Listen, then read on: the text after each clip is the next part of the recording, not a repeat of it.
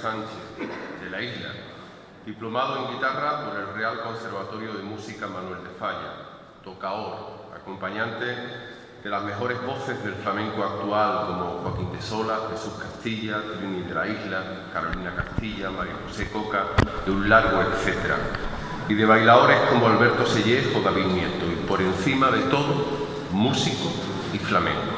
Gracias, Javier.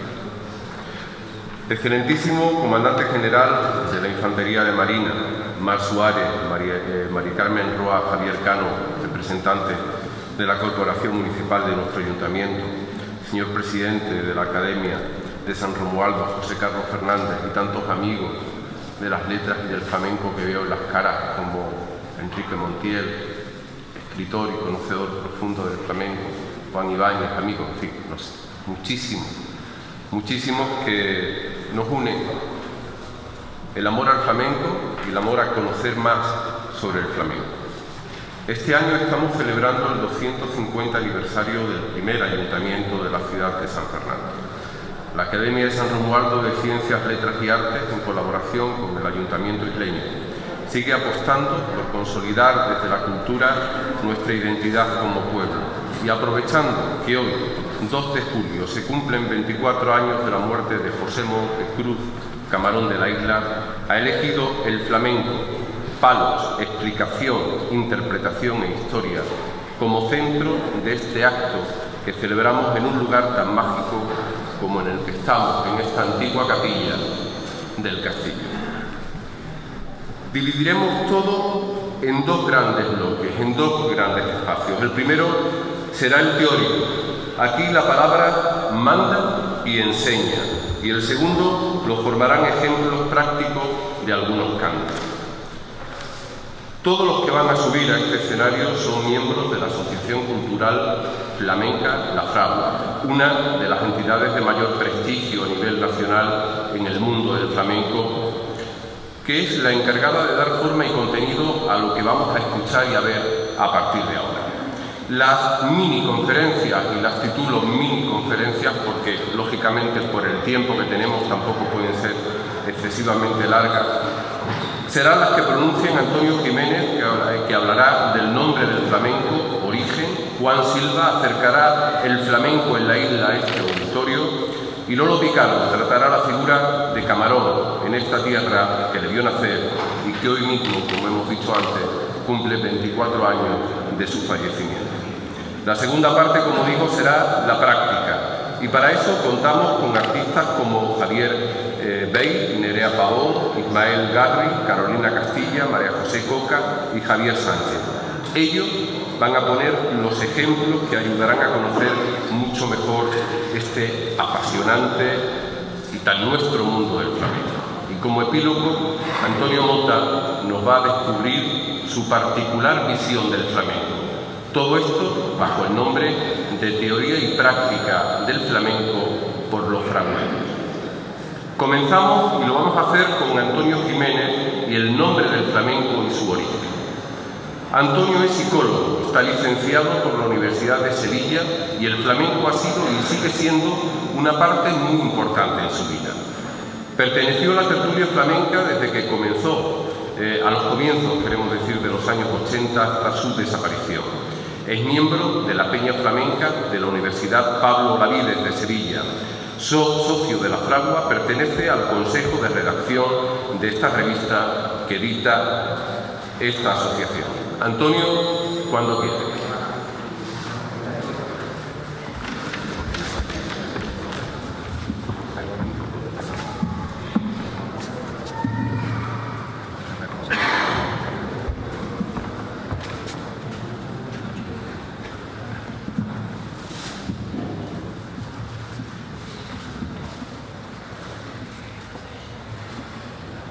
Buenas tardes.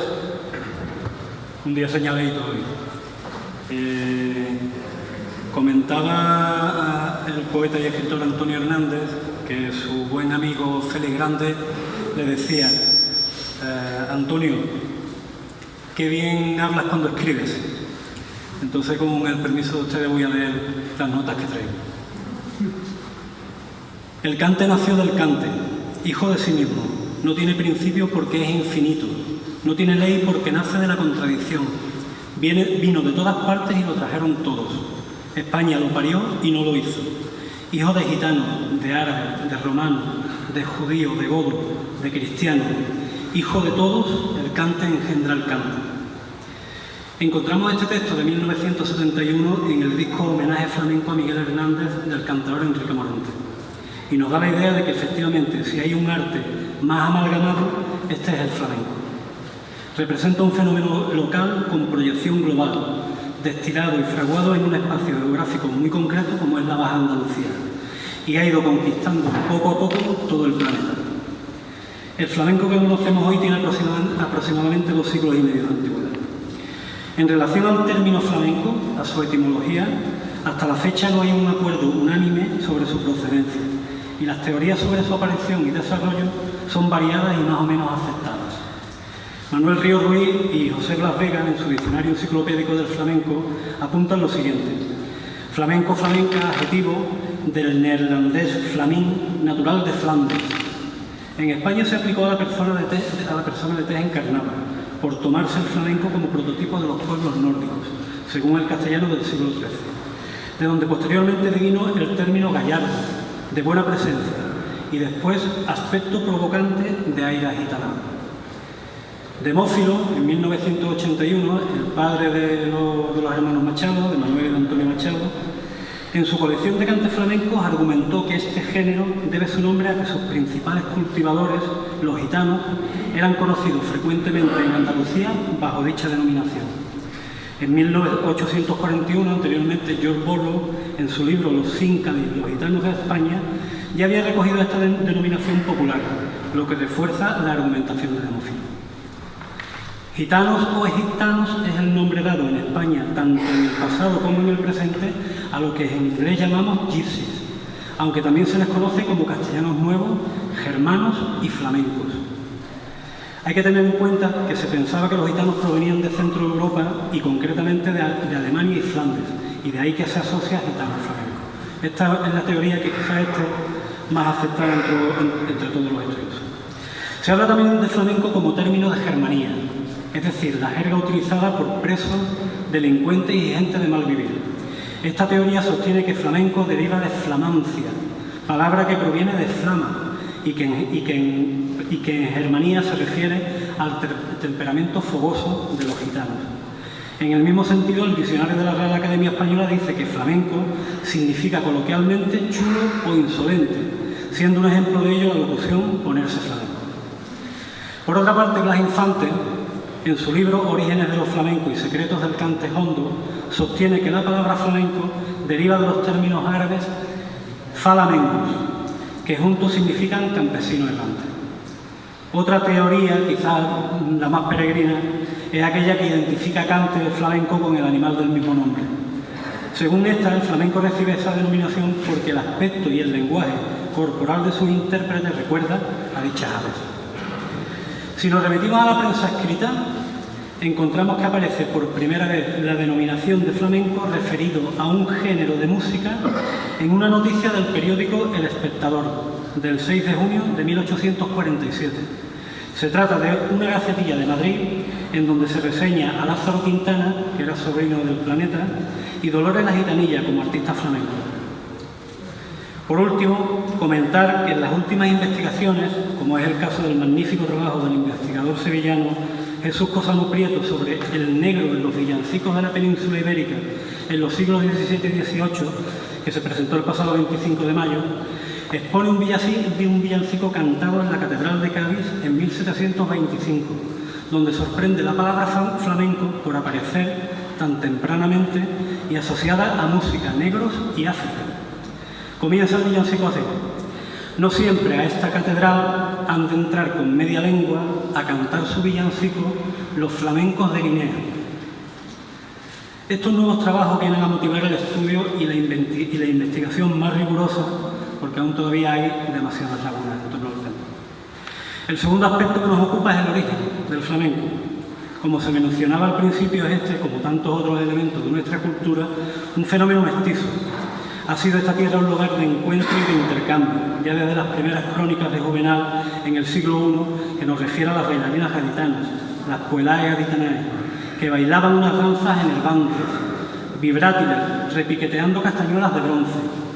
Una vez finalizada la romanización, la estructura musical es de influencia bizantina y de tradición orientalista. Fue Manuel de Falla quien insistió en resaltar el papel de la liturgia bizantina que se cultiva entre los pueblos íberos, apoyando la idea de que la influencia oriental en la música española era anterior a los árabes. A partir del siglo VIII, con la arabización de la península, hay que destacar una figura trascendental que vendrá a modificar todo el sistema musical y dejará sentadas las bases de la música popular y culta en Al-Ándalus. Sir Yap, el pájaro negro, el cantor de las 10.000 canciones, que influyó decisivamente en el desarrollo de la tradición musical árabe en nuestra península. Aparecen las archas, las muasajas y el sehel, que es la versión bailada. Durante los siguientes 5 siglos se desarrollará e incorporará toda la música y el rico cancionero de la Edad Media.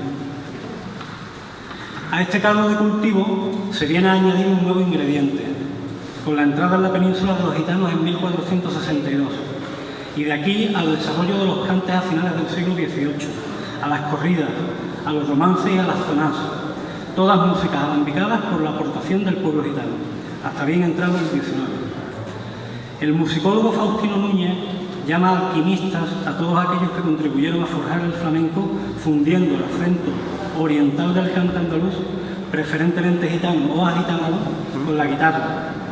La labor, dice este autor, no fue sencilla, llegando a desarrollar incluso un sistema armónico propio que algunos llaman frigio, y aquí preferimos llamarlo simplemente flamenco. A mediados del 18, sobre 1750 y 1760, aparece sin documentar Tío Luis el de la Juliana, y encontramos al tío Gregorio, gaditano y carnicero, en las cartas marruecas de Cadalso, en 1773, y al Planeta y al Cillo, en un baile en Triana de Serafín Esteves Calderón, el Solitario, en 1847. Antonio Monge Rivero, el Planeta, el mítico Planeta, cantador de Cádiz y no de Triana como se pensaba, gracias a la labor investigadora del crítico de flamenco y periodista Manuel Borges. Es en esta década, la de los 40 del siglo XIX, en que lo bolero reinaba en España y era el símbolo de lo castizo, el reverso de lo gabacho. Encontramos en esta música jadeos, seguidillas, jotas, fandangos, polos, cañas, rondeñas, malagueñas, serranas, livianas. Pero el bolero ya por el año 1850 se afrancesó tanto que propició que se radicalizara el acento nacional para abrazar entonces los flamencos como lenguaje puramente hispano. Ya por estas fechas son conocidos como cantadores en Madrid Lázaro Quintana, del que ya hemos hablado, además de José Cantoral o Antonio Ortega el Fillo, que era de aquí, de la isla. Las décadas de los 20 a los 60 serán su época. La gitanería de Triana también contribuirá en aquellos años con sus martinetes y tonás a alumbrar algunos de los estilos más hondos. Por estas fechas brillan en el baile Petra Cámara, Pepa Vargas y la Nena Perea, que hicieron las delicias en España y en Europa durante años con sus clásicos boleros, cachuchas, zapateados, fandangos, jaleos, polos, el vito, la rondeña, las corraleras, el ole, y entonces ya empezaron a poner de moda las soleadas. Nacería a posteriori el cante para escuchar y la profesionalización del mismo, a través de los cafés cantantes o los cafés de cante. Estos establecimientos aparecen en la segunda mitad del siglo XIX hasta principios del XX. En ellos el baile flamenco se desarrolla técnicamente y surgen numerosas academias y salones. La guitarra se instituye como acompañamiento fundamental del cante y el baile y desarrolla su expresividad y técnica. Cabe destacar como figura más relevante a Silverio Franconetti, que después de un periplo por América recala en Sevilla fundando el Café de Silverio. En el baile sobresalen la macarrona y la malena, y en la guitarra el maestro Patiño y Miguel Borrón. Pero a caballo entre la época anterior y esta, en el mundo de las seguirillas, aparece en Cádiz Frasco el Colorado, y en San Fernando y María Borrico y su hermano Perico Piña, el viejo de la isla. En Triana, Manuel y su hijo Antonio Cagancho, considerados patriarcas del cante trianero. El portuense Tomás el Mitri, primera llave de oro del cante, y en Jerez destacan el Loco Mateo, creador de seguirillas, Paco La Luz, Diego el Marruso y Joaquín La Cherna. Sin olvidar a la gran mujer del cante que fue Mercedes Cerneta, que nos ha legado un buen puñado de cantes por soleá que actualmente se siguen interpretando. Y muchos más, entre ellos Enrique el Mellizo en Cádiz y después Joaquín el de la Paula en Alcalá. A partir de aquí el devenir de la Edad de Oro y la aparición breve de la denominada ópera flamenca, que no era más que una triquiñuela empresarial para pagar menos impuestos. Se denomina Edad de Oro por el nivel de sus artistas.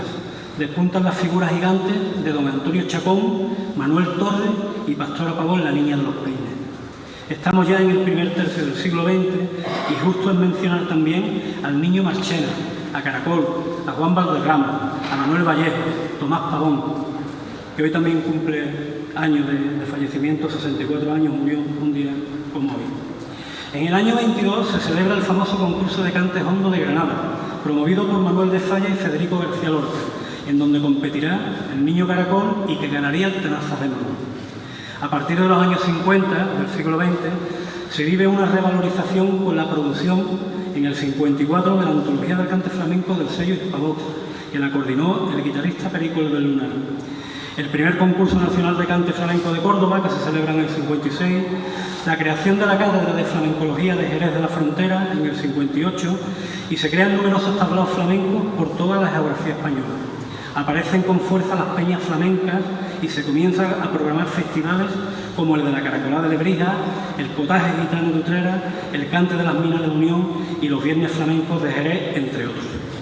Las figuras destacadas son Fosforito, Chocolate, Agujeta, Terremoto, Antonio Mairena, Fernández Bernardo de Utrera, José Meneses, el Lebrijano, Enrique Morente, Paco Cepero, Paco Toronjo, Chano Lobato, Pansequito, La Perla de Cádiz, Paco de Lucía, Camarón, El Beni, Pericón, Corrina de Badajoz.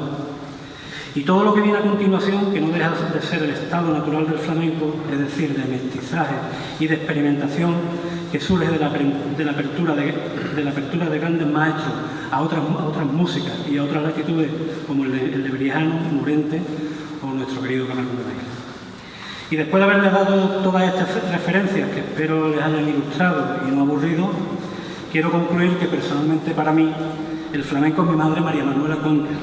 Es el barrio de La Pastora, donde escuchaba a Lola Cepero, y las callejuelas, el wichi de mi tío Lele, que más tarde sería la tienda de Maera. Un entorno popular y local que ha sabido proyectarse al mundo a base de unir otros entornos locales y populares. En el año 2009 se cumplieron 30 años de la Leyenda del Tiempo. La Sinfónica Metropol de Ámsterdam, dirigida por Vince Mendoza, presentó la Leyenda del Tiempo acompañado por las voces de Rafael de Utrera y Eva de Dios, a la guitarra Dani de Morón y en el baile Daniel Navarro Muñoz. Daba gusto ver en los ensayos la cara de los músicos cultos sorprendidos por la guitarra de Dani y el zapateado de Daniel Navarro. Y como decía Faustino Núñez en este magnífico documental, en la sonda que mandaron al espacio no tendrían que haber metido la séptima sinfonía de Beethoven, sino flamenco, porque es la música más universal de nuestro planeta. Buenas tardes, muchas gracias.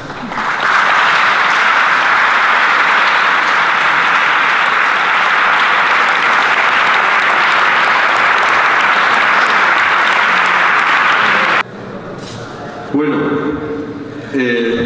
ya tenemos una referencia global sobre el flamenco y ahora vamos a traerlo más cerquita. Vamos a traerlo a la isla. El flamenco en la isla. Ese es el nombre de la charla que nos ofrece Juan Silva. Juan es un cañailla que supo disfrutar de esa isla de los años 70 que se iba haciendo mayor muy rápidamente, pero que se negaba a perder su identidad. Esa en la que creció, aprendió y disfrutó, para marcharse después a Sevilla en su juventud, aunque sin cortar los lazos nunca con la isla. Biólogo, ejerce como profesor en el Instituto de Bollullos del Condado, amante de la literatura, hace fotografía y colabora en la revista La Fragua. Todo con una directa relación con el flamenco. Su última exposición, Sonidos Negros, un cante de contrastes y de sueños, hecho exposición de fotografía. Juan, cuando tú quieras.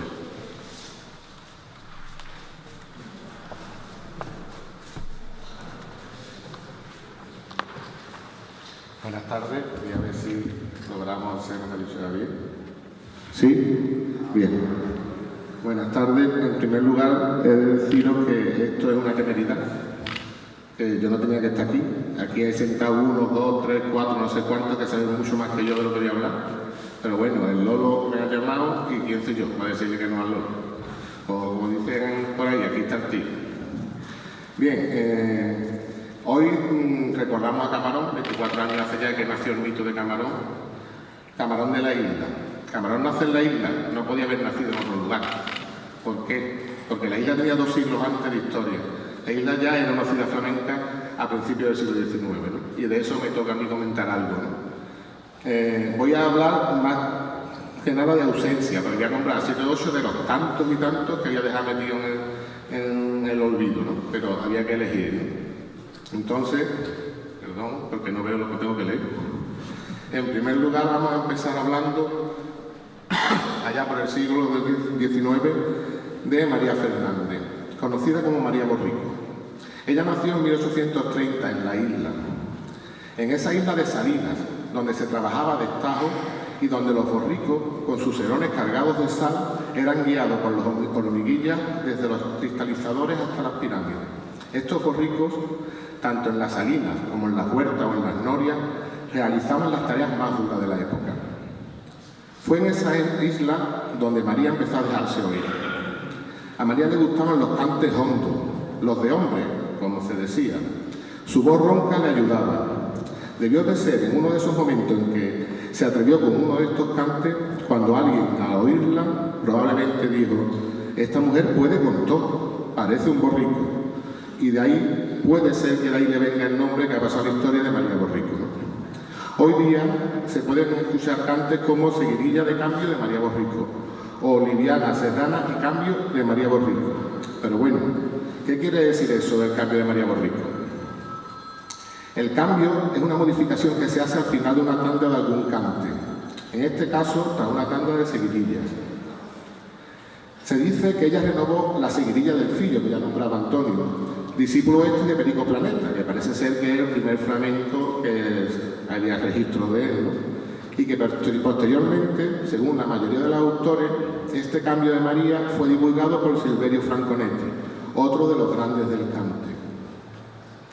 Algunos autores consideran que la seguidilla cambial de María Borrico es una especie de transición entre el viejo estilo de cantar las seguidillas y el moderno. Ya entonces estaban con el tema de, ¿no?, que si fundimos o no fundimos, cambiamos o no cambiamos. Hoy día aún sigue vivo este estilo casi 2 siglos después de su nacimiento. Y ese estilo sale aquí. Eso es lo que tenemos que tener claro. 2 siglos después, ese estilo sigue vivo. A finales del siglo XIX, María cantó en los cafés cantantes de Madrid, siendo la primera en llevar nuestro arte a la capital. Ella tuvo un hermano 6 años más pequeño que ella, Pedro Fernández, también conocido como Perico Piña, también cantador. Pedro, desde niño, acompañaba a su padre en la fragua y probablemente, trabajando junto a su padre, fue fraguando su forma de sentir el cante. Entonces nadie podía imaginar que el pequeño Pedro pasaría a la historia con el nombre del viejo de la isla. Ese niño creció y mientras crecía fue germinando en su interior la semilla del cante flamenco. Pedro fue desgranando las claves del cante, especialmente del palo más emotivo, el más estremecedor, el más trágico, la seguidilla. En 1875 Pedro comienza a vivir en Cádiz. Entonces ya era considerado un cantador de prestigio. Es en esta ciudad donde se le empieza a conocer con el nombre del viejo de la isla. Por lo visto, su vida artística se desarrolló en la villa y sus alrededores, pero su fama trascendió mucho más allá que este rinconcito. Destacó como seguidillero, y antes me comentaba un amigo, José, que gracias a él existen casi todas las seguidillas que hay hoy día en Jerez, ¿no? Es un comentario añadido que no lo tenía yo aquí escrito, ¿no?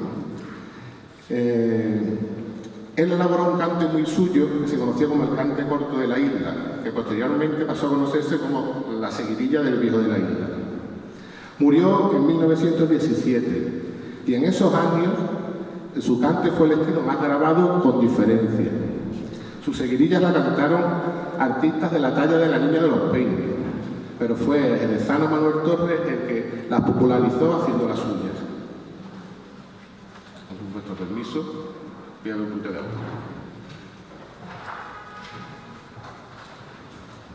Bien, hablemos ahora de la guitarra. Indudablemente, Paco ha sido la máxima expresión de la guitarra flamenca. Antes de él, Sabica, Niño Ricardo, Ramón Montoya y Miguel Borrú, entre otros, conformaron un universo flamenco en torno a las 6 cuerdas, un caldo de cultivo necesario para que pudiera surgir el genio de Paco de Lucía. Y en la isla, como no, también han nacido buenos tocadores.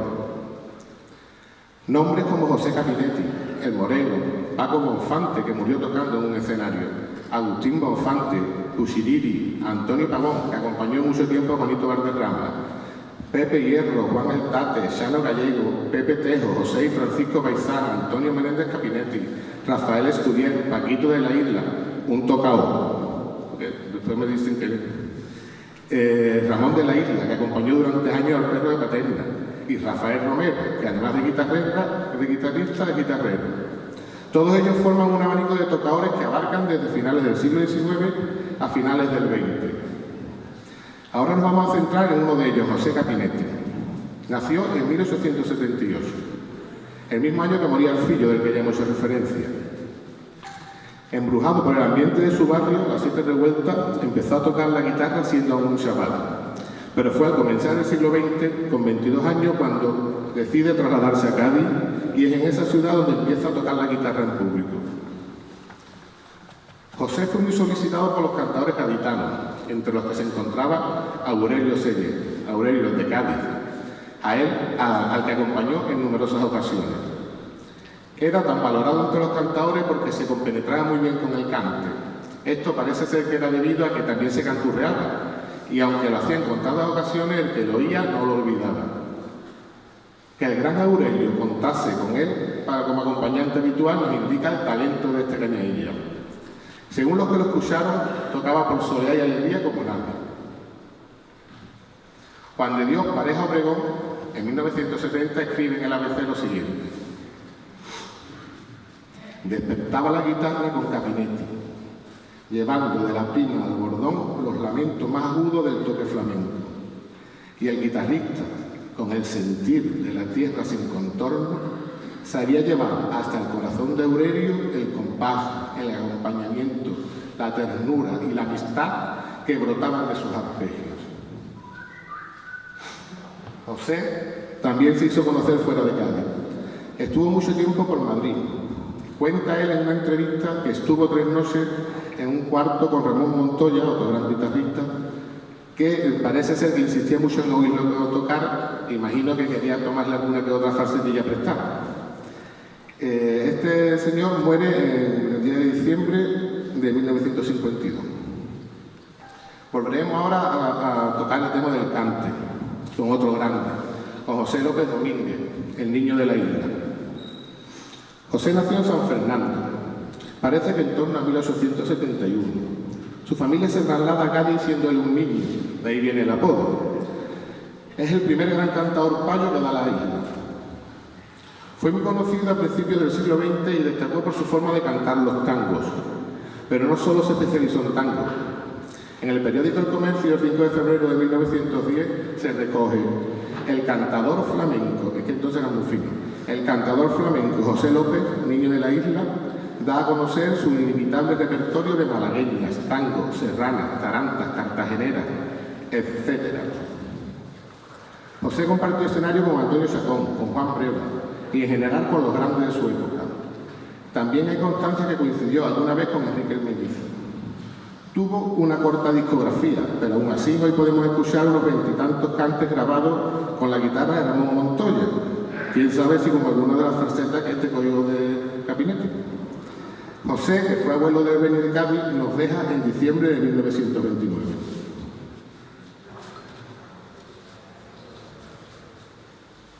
Oye, el aire acondicionado se puede bajar un poquito. Bien,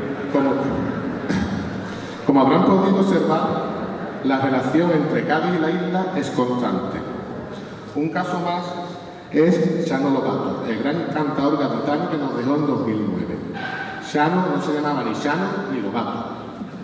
Juan Miguel Ramírez Sarabia, que era su nombre, toma el nombre artístico de su padre, conocido como Xano Lobato, aunque realmente Lobato tampoco era su primer apellido, era su segundo apellido. Bien, pues el padre de Xano Lobato también era natural de San Fernando. Nació en la calle Sánchez Márquez y trabajó en La Salina, como todos sus mayores. Por lo visto, cantaba muy bien por tango. Tenía mucho compás y hasta se daba una pateita por bulería. Disfrutaba especialmente con los cantes festeros. Siguiendo con este juego de limón entre Cádiz y San Fernando, le toca el turno a un gaditano nacido en 1910, que llegó a la isla siendo un niño. Un cantador que donde se sentía más a gusto eran los cantes de Cádiz. De hecho, fue finalista del concurso de cantes de alegría en 1952, junto a Pericón y su primo Manolo Vargas. Un cantador que ha pasado a la historia como ventero. Imagino que ya saben a quién me refiero. A Juan Vargas, el responsable de que esta venta que tenemos aquí al lado lleve ese nombre. Juan Vargas, junto a María Picardo, creó un espacio idóneo para que el flamenco se expresara en toda su grandeza. Juan consiguió que los flamencos de la bahía consideraran la venta como su casa. Por allí han pasado casi todos los grandes del flamenco. Si las paredes de esos cuartos o los azulejos de mensaje de ese patio hablasen, lo harían por bulerías, al compás de la madrugada, o por seguirillas, maldiciendo las ausencias, o por fandangos, rasgando el alma de algún titán. En fin, podríamos decir que Juan creó el templo del flamenco. Para continuar con este paseo por los flamencos de la isla, hablaremos de Alvarito. Llamado Andrés Álvarez Añín, que ese es su verdadero nombre. Nació en 1927. Empezó a cantar de chico, realizando actuaciones desde muy niño. En la isla se relacionó con todos los artistas locales y de la provincia y se fue formando artísticamente. Ya en 1950 se encontraba afincado en Madrid, donde actuó, entre otros, en los tablaos del Corral de la Morería y Torres Bermejas. Compartió escenarios y giras con gigantes de la música española como Pastor Imperio. Fue uno de los elegidos para la reapertura del tablao Los Canasteros de Caracol. Álvaro de la Isla, que además de cantador era un buen tocador, tenía una extrema sensibilidad. Eso hacía que sus cantes llegaran hasta la médula de los aficionados que lo oían. Destacaba por fandangos a flor de piel. Por desgracia, tuvo una vida corta y nos dejó cuando tenía 42 años, allá en 1969. Bien, y para terminar, con este ramillete de artistas, seguiremos con José Llerena, el entrañable chato de la isla. Nació en 1926. A los 7 años cantaba en los tranvías que hacían el trayecto de San Fernando a Cádiz a cambio de lo que le daban de la voluntad. Más tarde se fue a los cabarets que había en Cádiz y después estuvo cantando en la Venta Vargas muchos años. Ya con 35 años se va a Madrid. Según cuenta él, se fue en un camión de pescado. Entonces, una vez en Madrid, pasa a formar parte del tablao de la Oruga, donde alterna con Manolo Sanlúcar, Terremoto, los hermanos Reyes, la Perla de Cádiz, María Vargas, Mercedes Esmeralda y otras figuras importantes durante 10 años consecutivos. También trabajó mucho tiempo en el tablao Los Canasteros de Caracol. Él era un gran minador tanto de caracol como de camarón. Según sus propias palabras,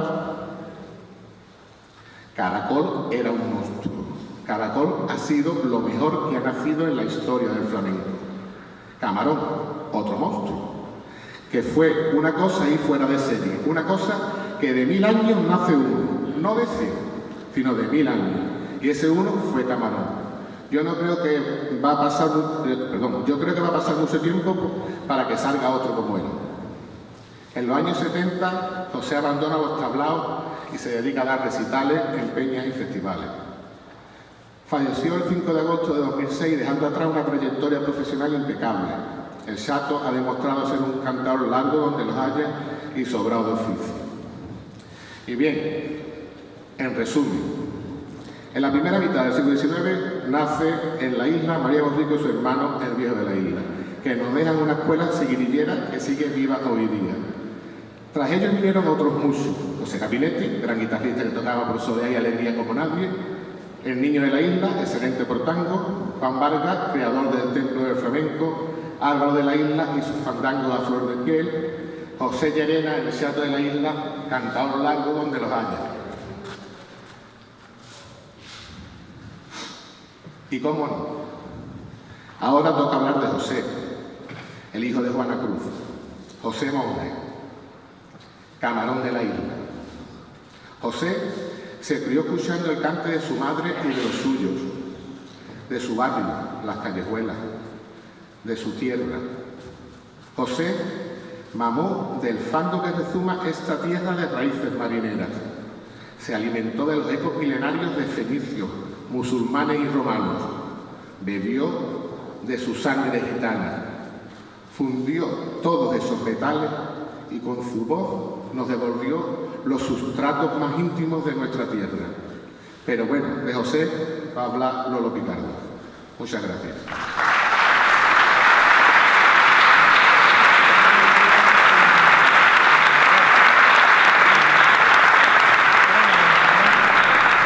Bueno, sí, Camarón.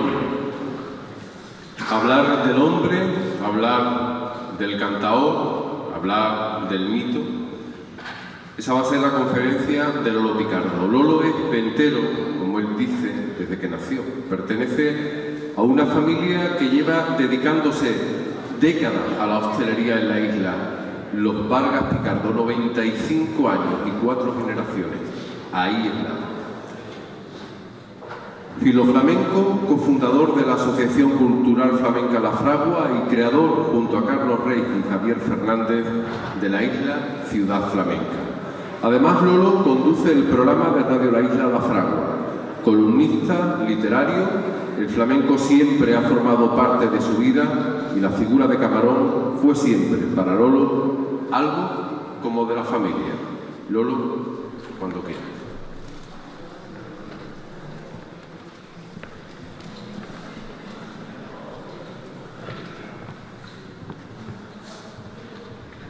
Buenas noches.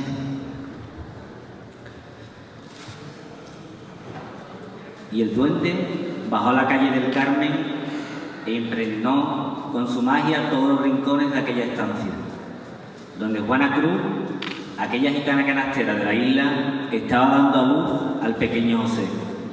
Y el niño rubio creció a la lumbre de la fragua y de los cantes del yunque y del martillo. Se impregnó de la esencia de las callejuelas, de ese barrio marinero, salinero, humilde como el que más.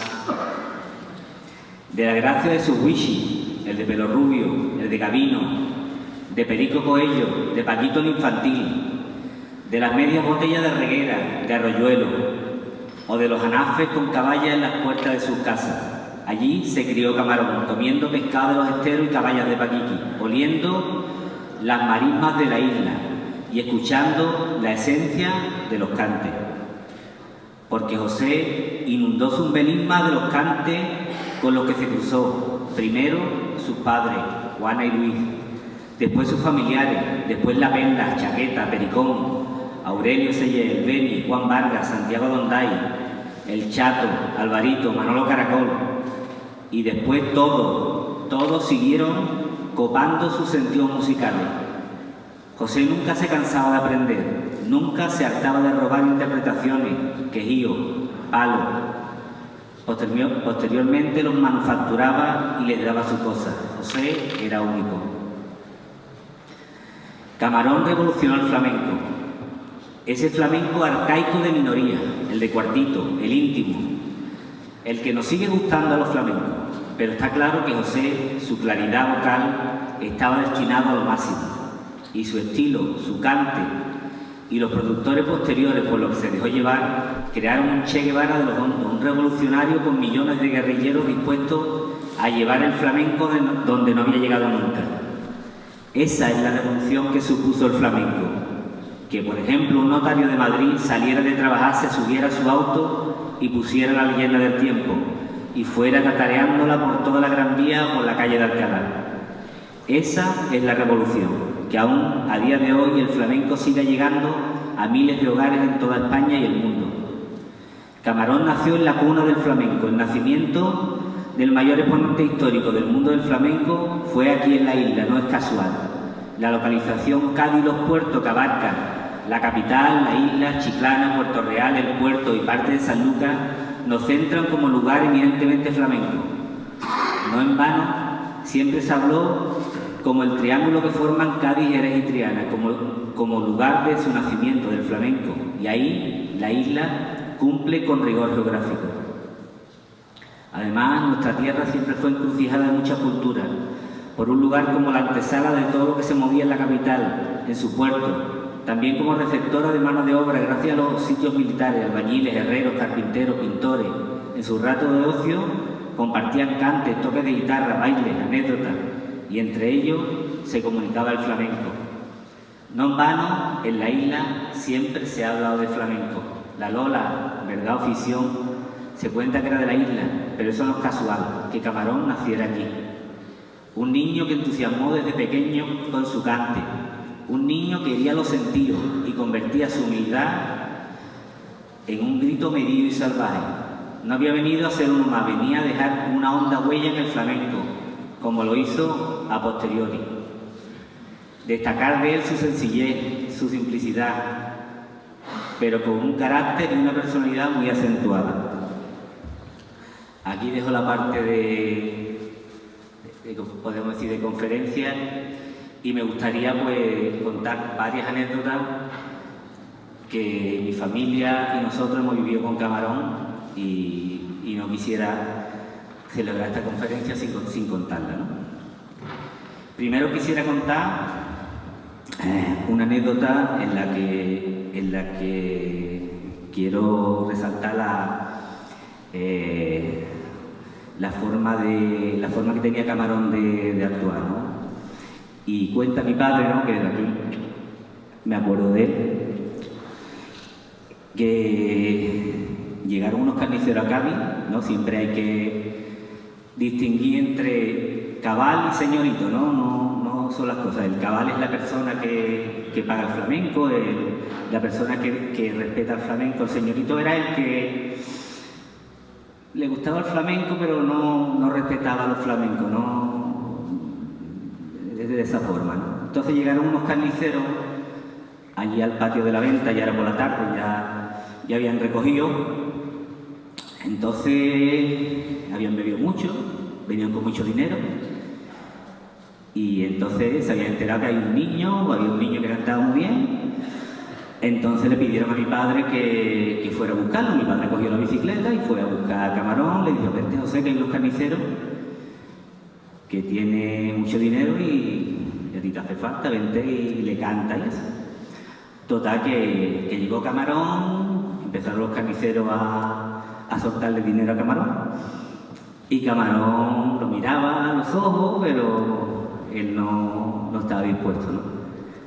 Empezaron a soltar dinero, y Camarón cogió, se dio la vuelta, subió para arriba, él conocía la venta perfectamente y se fue. Total, los carniceros dicen: ¿qué pasa? ¿Que el niño no quiere cantar? No, pues cogemos y nos vamos. Cogieron el dinero y se fueron. Y eso fue mi padre a buscarlo, ¿no? José, ¿qué te pasa? Así que yo no he visto el dinero que tenía ahí, con la falta que te hace a ti y a tu madre el dinero y todo. Dice: no sé, que tenía mucha guasa esa gente, yo no le canto a esa gente. Entonces le pidió a mi padre tenían los camareros de la venta, tenían como un bote que echaban todas las monedas, y le pidió unas moneditas para coger el autobús y sacarle. Había renunciado a una cantidad importante de dinero, ¿no? Y no le cantó a estos carniceros por la guasa que tenían, ¿no? Esa es una de las anécdotas que quiero contar para que supierais la forma que tenía Camarón. Y luego la otra cosa. La otra cosita que quería contar es el famoso desencuentro de Camarón con Caracol, que se resume en dos partes. Voy a un poquito de agua porque tengo la boca.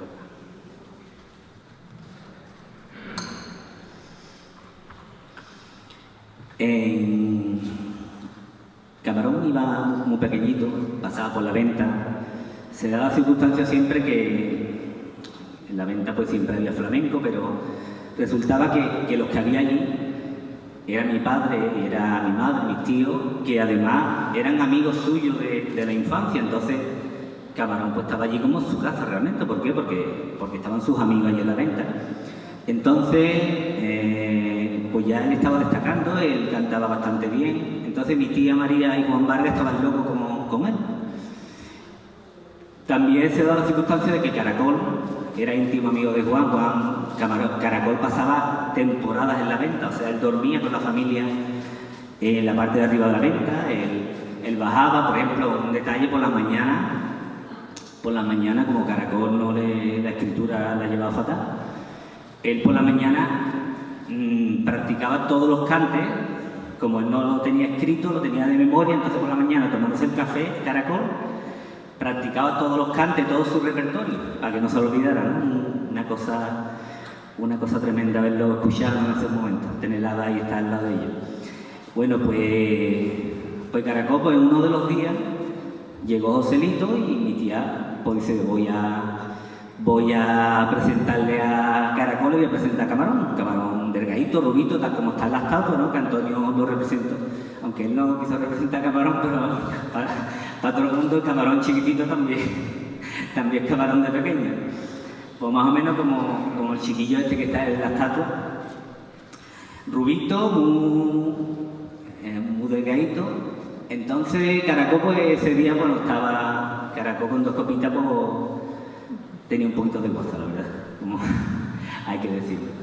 Juan Vargas le decía, fíjate que Juan Vargas quería a Caracol y le decía, Manuel, cuando te emborrachas, no me gusta que tú cantes. Fíjate, ¿no? Como ese gitano que estaba enamorado del cante de Caracol, pues ese día pues Caracol no estaba muy bien puesto. Entonces se lo presentaron y se dice que Caracol no le hizo gracia el cante de Camarón. Uno dicen que volvió la cara, otro dijo que no está mal, otro dicen que es lo que mi tía María siempre me contaba, que dijo que un gitano rubio no podía cantar bien, porque era rubito. Total que eso, mi tía lo apartó enseguida, se lo llevó de allí y nada, y pasó el tiempo, pasó 8, 9, 10 años, no sé. Entonces, esto se ha contado por mucha gente diferente, y yo creo que es uno de los momentos esenciales del flamenco actual, ¿no? Y fue aquí en la isla, ¿no? En la venta, fundamental. Debería estar recogido en los libros de historia, ya hay en muchos sitios, pero es un momento esencial del flamenco. Más o menos un resumen de lo que ha contado mucha gente, ¿no? Pero os lo voy a contar más o menos cómo pasó y como lo cuenta Félix Grande. El hecho es que venían de inaugurar una calle en Cádiz, la calle Pericón de Cádiz. Se dieron muchos citas mucho flamenco en Cádiz, y al terminar pues se vinieron para la venta mucho. Creo que recordar, venía Carmen Martínez Gaite, que como saben ustedes es una escritora, venía Fernando Villegas, Quiñones, perdón, siempre me equivoco, Fernando Quiñones, venía el Niño de los Rizos, que es un guitarrista, estaba Antonio Murciano, que es de la academia, de los académicos de ustedes, María Vargas y más gente, ¿no? Y estaba mi tía, estaba Juan Vargas, estaba mucha gente. Entonces, terminaron de comer y Caracol se puso a cantar por fandango. Cantó Caracol por fandango y a continuación se coló en el reservadito, en el cuartito, se coló Camarón. Claro, lo que no sabía Caracol es que Camarón venía con ganas de vengarse y decirle: aquí está el niño rubio que no sabía cantar. Le replicó el cante del fandango, le replicó Camarón, y cuando terminó Camarón pidió que subieran un traste de la guitarra, o sea, un tono de la guitarra. Cantó de nuevo Caracol, cantó de nuevo Camarón en fandango, los dos tremendos, los dos genios del mundo del flamenco, y Camarón de nuevo pidió que subiera otro traste. Creo que estaba en el cuarto o en el quinto. Dentro de su grandeza, Caracol, pues, cada vez costándole más trabajo, y Camarón pues más pletórico, Camarón era sobre el 69, tenían 18 o 19 años y Camarón pues estaba en su mejor momento. Acabaron cantando en el 7º, dentro de su grandeza Caracol costándole mucho trabajo, pero Camarón pues fue cantando fantásticamente, hasta que llegó el momento en que Camarón estaba detrás, le tocó en la mano, como reconociendo que ese gitano rubio era su sucesor. Ahí decimos nosotros que ese fue el momento en que, con permiso de Antonio Mairena, que en aquel momento era la llave de oro del cante, el momento en que Caracol pasó el cetro del flamenco a Camarón y fue aquí en la isla y fue en la venta de Barrio. Mucha gente, por ejemplo, Carlos Lencero ha dicho que era como un western flamenco aquello, ¿no? Una especie de un pique entre dos grandes artistas. Y nada, quería contárselo a ustedes para que no quedara esta conferencia de flamenco sin estas dos anécdotas. Sirvan estos recuerdos para rendir este homenaje a José Mujer Cruz y a la huella que ha dejado en el flamenco.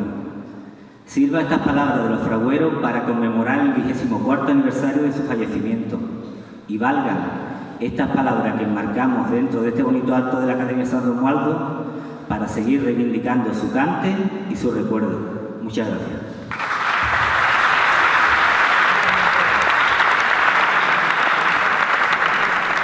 Gracias, Lolo. Bueno, ahora llega la segunda parte, la parte práctica que les comentaba.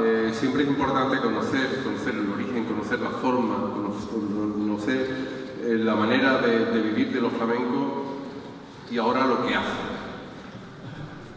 Abrimos la parte práctica del acto y lo hacemos con el bautismo que nos inicia en los palos del flamenco. La voz y la guitarra de Javier Bey, de la saga de los Lagartos, nos abrirán las distintas puertas del cante. Javier aprendió a tocar la guitarra muy pequeñito, primero escuchando a su abuelo Paco y después estudiando y perfeccionándose. En Jerez aprende y disfruta del flamenco hasta hacerlo plenamente suyo. Y el baile, que será interpretado por Nerea Pavón, también cañailla. Nerea se inició en la escuela de baile de Carmen Peña para pasar posteriormente con Marisa San. Ha sido premiada a nivel nacional con su academia y tiene el flamenco como abanderado de su vida. A Javier y Nerea lo acompañan a la guitarra Gabino Pérez y la percusión de Ismael Garri. Cuando queráis.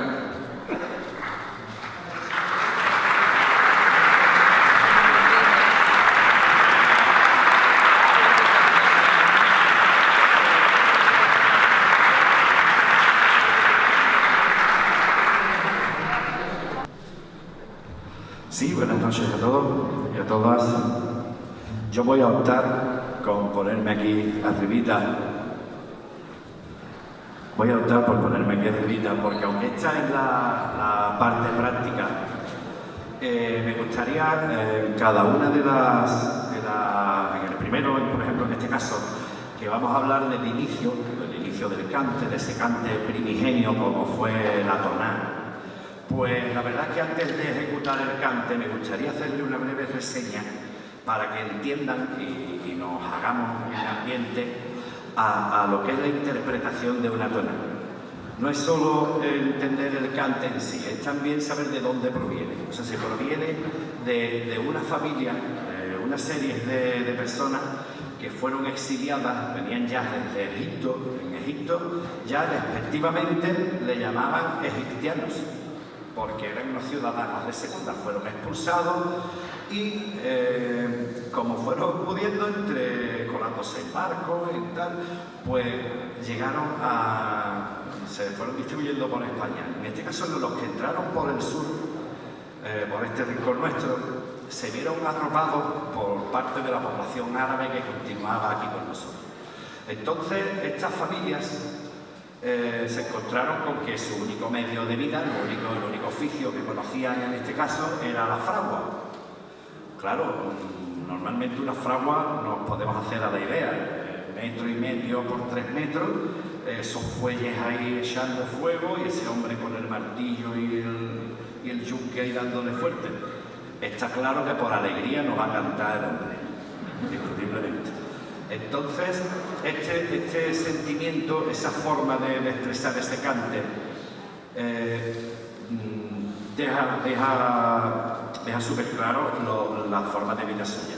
Y otra cosa que tenemos que tener en cuenta es que originariamente ese cante no tenía estructura para acompañar con una guitarra, para un baile. Ese cante no nació para ser escuchado. O sea, que lo que nosotros estamos haciendo hoy aquí, el flamenco primario no nació para esto. ¿Entiendes? Nació para que esa persona que estaba ahí era como una terapia. La única terapia que tenía de echar sus males afuera era cantando. Entonces, este primer cante que voy a hacer, vamos a hacer una pequeña prueba, vamos a hacer un ejercicio de imaginación, vamos a aflojar un poquito la iluminación y voy a hacer uso de un audio que tengo aquí magnífico.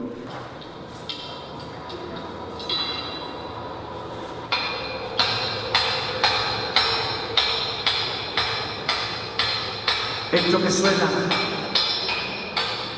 es el sonido que habría en ese recinto tan pequeño. Entonces yo creo que qué mejor banda sonora que la que él tenía a la hora de cantar para interpretar lo que es Natural Martinete y un par de cantecitos de ellos, ¿vale? Va por ustedes y espero que lo disfruten. Muchas gracias. Lo voy a hacer sin micro mejor porque yo creo que aquí hay una acústica perfecta.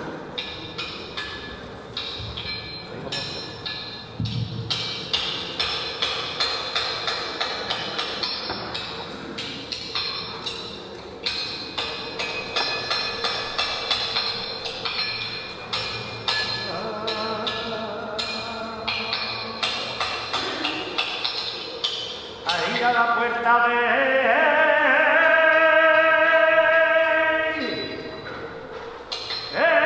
la fragua, y no me venga a llorar.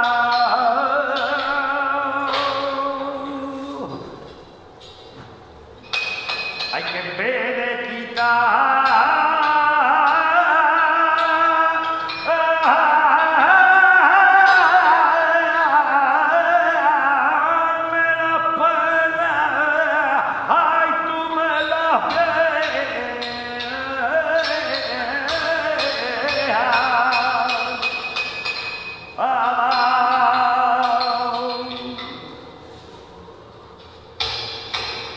Aha!